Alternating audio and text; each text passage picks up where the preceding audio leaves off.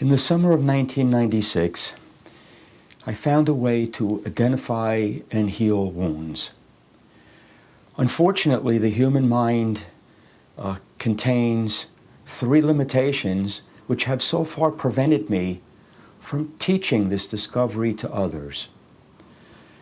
The three limitations are so powerful that they have become the basis for all of our science, our medicine, and our psychology.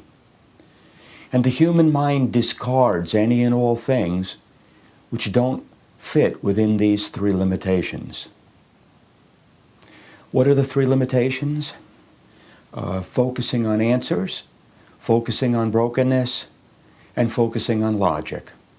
Science, medicine, and psychology focus on these three things. And the overall end result is that we end up feeling compelled to use logic to find the answer to anything we suffer from. Because in essence, when I say brokenness, I mean something that we're suffering with. For over 2 decades now, I have tried to figure out a way to teach people how to see and heal wounds. And it is always possible. I have not given up. These limitations are something that I only discovered recently, and it's given me a lot of hope. And it's also made me ask myself, how did I come to see past these three limitations? I know that I had them. The most that I could come up with, the best answer that I have found, or the best question, because I'm not sure, of course, is that I focused for a number of years in meditation. I focused on stories, allowing stories to just play out in my mind. And my hope is that by telling you some of these stories, that if I then point out where you might be limited in your ability to hear it, that perhaps you'll learn to see past these limitations as well. So today I'm going to tell you a story about an injury that I healed a little less than 2 years ago. An injury that had profoundly plagued me for much of my life, for as long as I could remember. And being that I was at the time in my late 60s, it's a long time. I, for the most part, managed to avoid it. I didn't even know how serious it was, to be honest. And on a trip to Greece,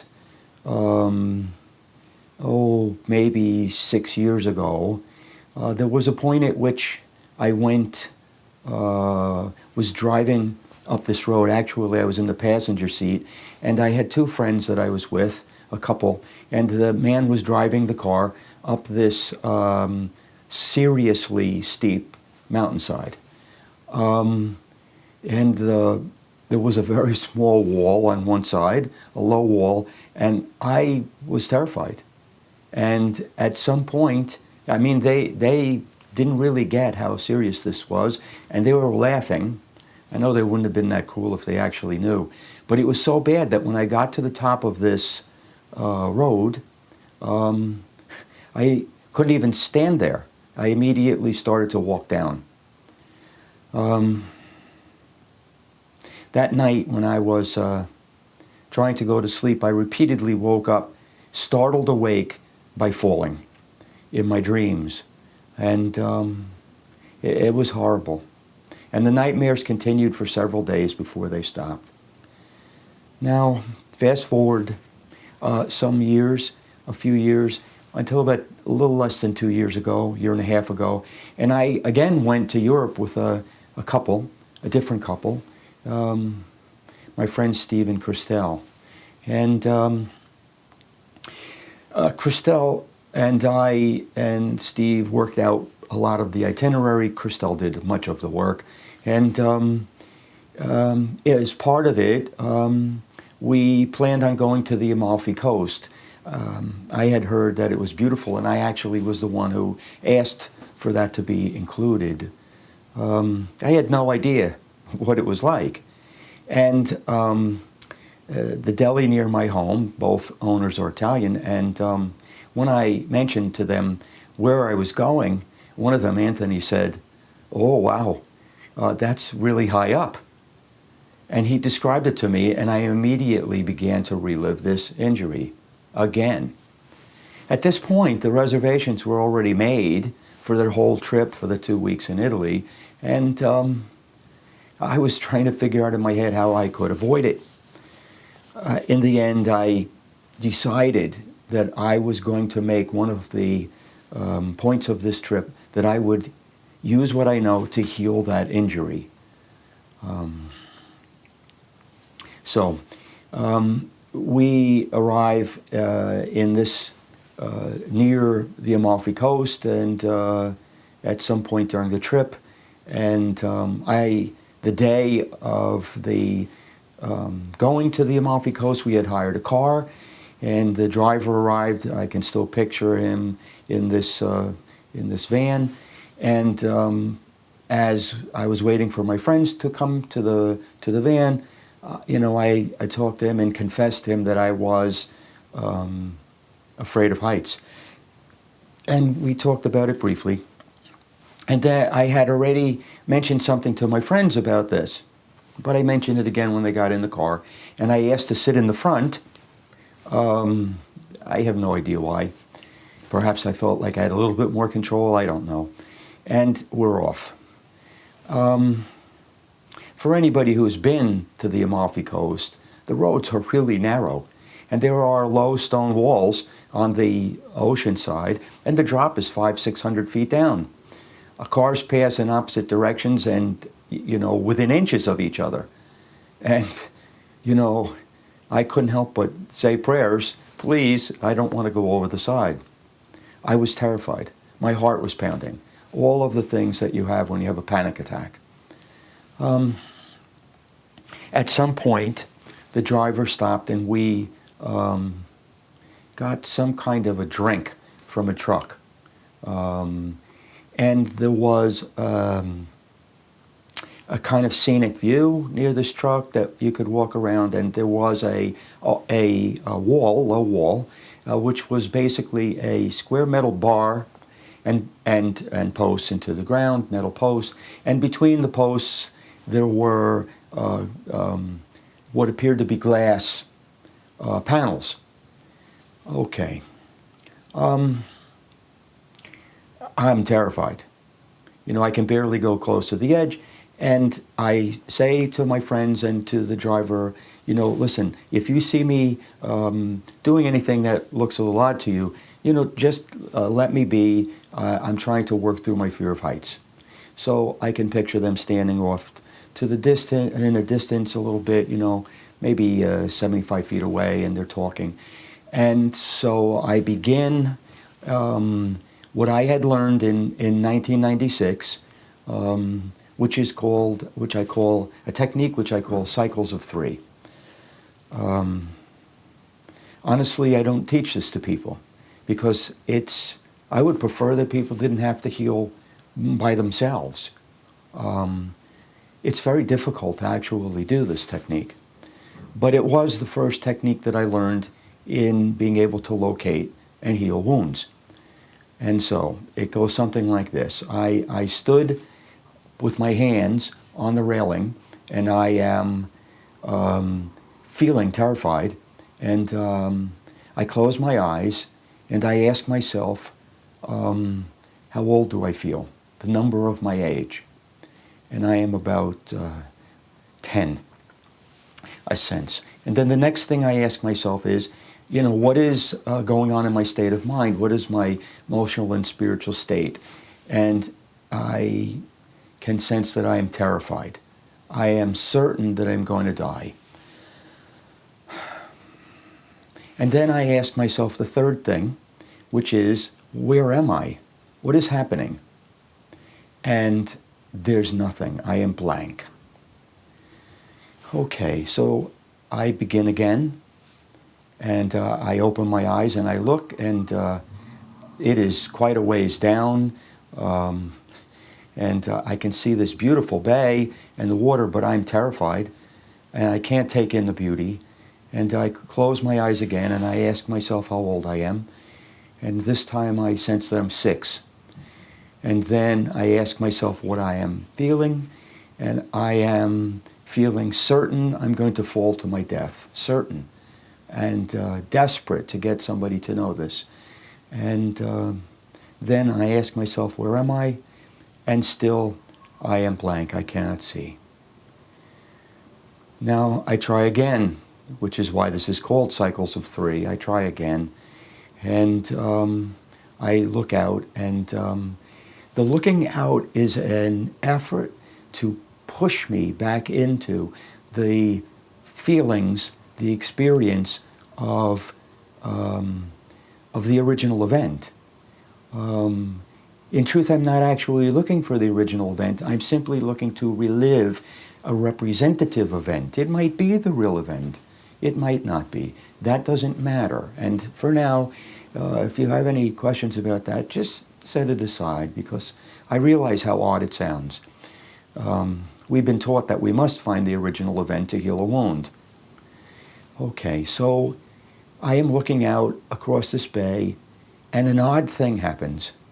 I begin to feel, as I'm holding on to the railing with my hands, that the ground is tipping up and forward, as if I'm going to go over the cliff. Now, I look down at the ground, and I move my feet and legs, and I push myself through the fear to test, to see, is the ground leaning forward? Is it tipping? And of course it was not. But that is not what I could sense, until I kept pushing on it, and it still felt as if it was leaning forward, and then back. At this point, I closed my eyes again, and I did another cycle of 3. I asked myself how old I was, and I felt clearly 6 years old. I asked myself what I was feeling, and I felt desperate to get somebody to see me, because I was sure that I was going to fall to my death. And the last thing I asked myself, where am I?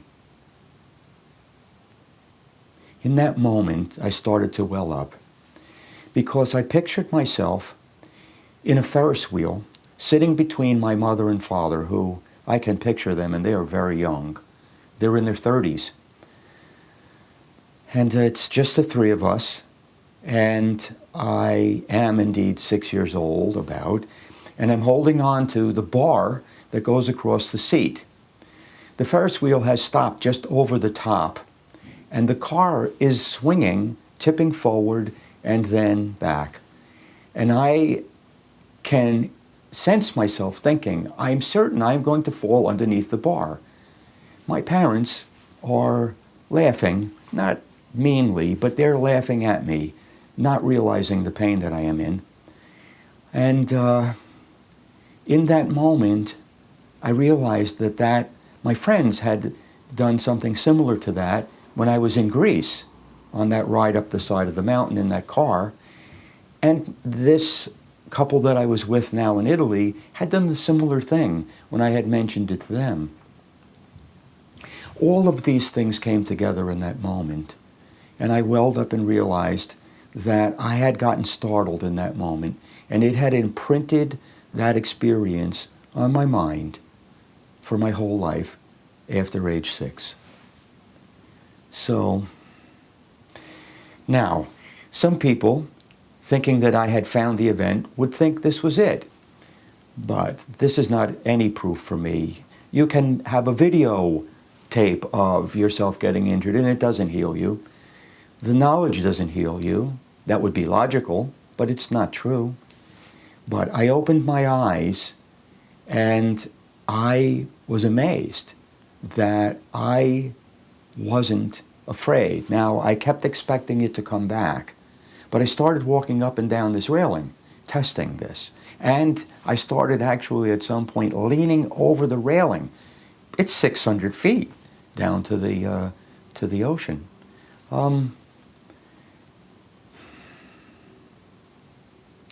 So, later that day, my friend Steve came over to me and he said, what did you do? He said, I can't believe the difference in you.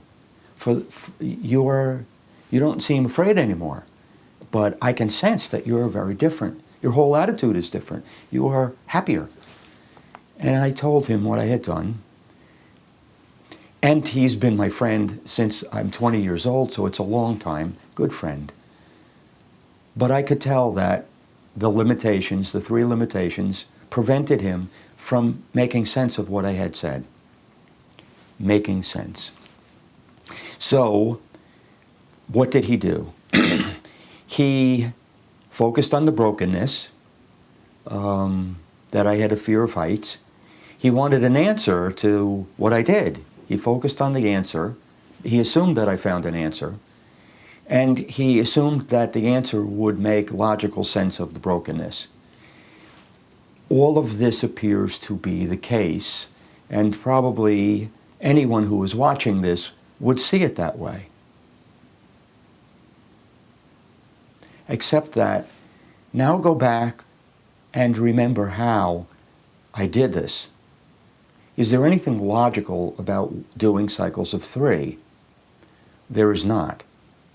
There's absolutely no way that I would have used logic to come upon that scene, if indeed that is the original scene. It may have been a later scene. I might have had an earlier injury, and then I relived it on that Ferris wheel that day. It may be that my mind has created that image from things I've seen in my life because the pattern so fits. It doesn't matter. The wound is healed. How do I know? 2 weeks after that, I was at a video training for videographers and filmmakers in New York City. It was an all-day training, and it was on, I think, about the 7th floor in a large building. And I at some point found myself, without thinking about it, going over to the railing that was around the escalators up to the 7th floor, and I was leaning over the edge, and I was filming the escalators with my iPhone. And then I looked down at the railing that was surrounding the escalators and realized that it was a square metal bar, and that below it were glass panes that were very similar to the wall that was on the edge of the cliff in Italy. But more importantly, I kept testing it and leaning over the edge, and the fear was gone. There was nothing in my head saying you don't have to be afraid. There was none of that self-talk. None of it. It was gone. It was healed. So, can you see past the 3 limits when you think about my story? Believe me, I wish it was easy enough to do that. I wish that just telling a story would do that. But what you might do is that you might ask yourself, does it seem logical what I've told you? Did you, as the story was unfolding, focus entirely on my fear of heights? Because in truth, I didn't, as I've just been telling it to you, even if you probably did. What did I focus on? Well, I focused on all the beautiful, the bay and the cliffs and the all of it. My friends, the day. It was such a beautiful day. But I included those things in my story. I would guess that most people hearing my story wouldn't even notice them. They would be discarded. The mind would not retain them.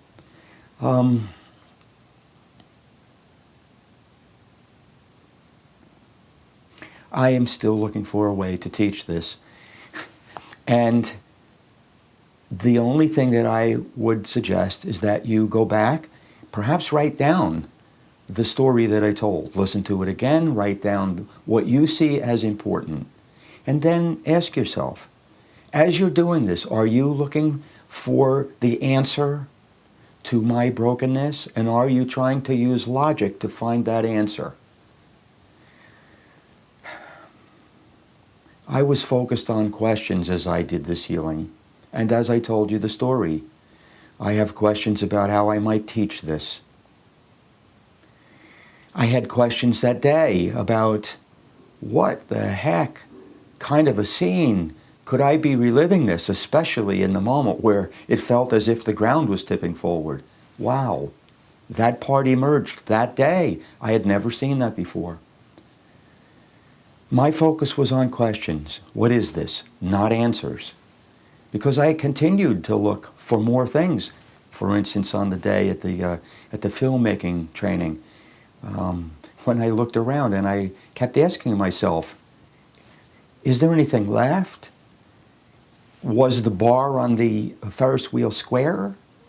Something in my mind says it's round, but that's logic. And I try to look past that. In any event, questions, wholeness, and natural cause. It just is. Those are the three ways past the limitations. I hope you find your way past them too.